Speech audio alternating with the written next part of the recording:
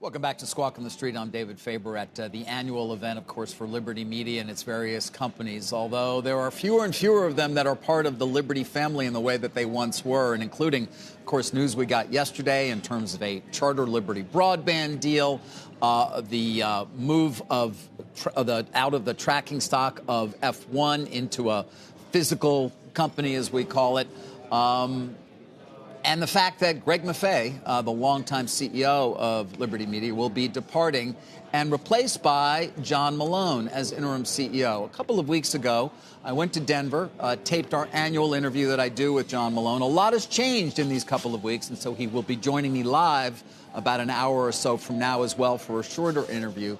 But interestingly, during our interview, he talked about how much he missed being a CEO. I really, really enjoyed being a CEO, okay? I really hate being a director. You do? Okay? Yeah, you're pushing on a string, right? You're pushing on, even if you're a control shareholder, you're still pushing on a string. You have to suggest patiently to your CEOs that they ought to think about this or they ought to think about that. Out of courtesy, if nothing else, you have to bring your board along, and they're not always, on the same page you are. And so it's much less gratifying to be in a big public company worrying about the lawyers and the stock market and the bond market, as opposed to, owning it and doing it and making the decisions on a current basis. So nothing was as much fun as building TCI and then building Liberty. And even though we struggled for years, it was wonderful. But I do miss the executive, being the decision-making executive. But as my wife says, John, you're dreaming if you think you have the energy to be an active CEO again. You just, you can't, you're too old. So, like Rupert, he's my hero. Maybe I can make it to 94, but I think I'm going to be doing it from a greater distance when it comes to the public companies. Of course, he is going to be interim CEO. We are going to have an opportunity, guys, to ask him, what's the plan now? Does he want to remake Liberty Media yet again around from the holdco structure that basically is only going to have F1 in it? Jim, it'll be interesting to see, of course, but, he doesn't appear that he's going to be CEO for too long if you listen to those comments as well. No, but we have to put this man in context. When I was at Goldman Sachs in the 80s, great investors would come by and you'd say, well, what are you buying? And it was TCOM-A. Remember, that was the symbol, TCOM-A.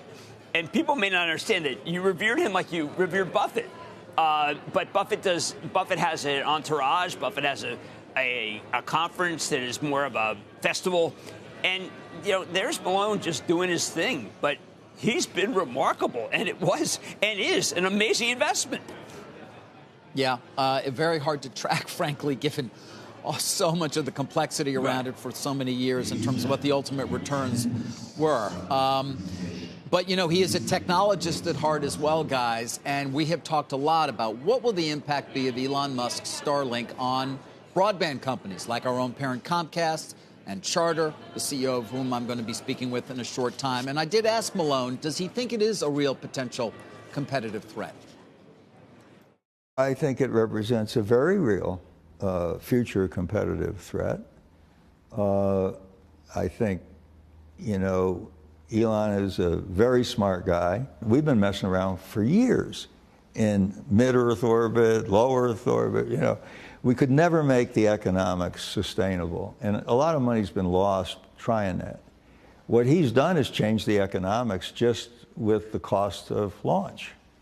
So you start with a pretty radical change in the economic equation, and that makes him a very real sustainable competitor, I believe, for initially low-density distribution and ultimately perhaps even high-density distribution. You do think so? I mean, I wonder, the Starship hasn't started to go up yet, but it will, and it has enormous capacity for carrying satellites. Absolutely it does. And, to the degree government wants to help him with spectrum, help him with subsidy for low density, it makes him increasingly a factor down the road.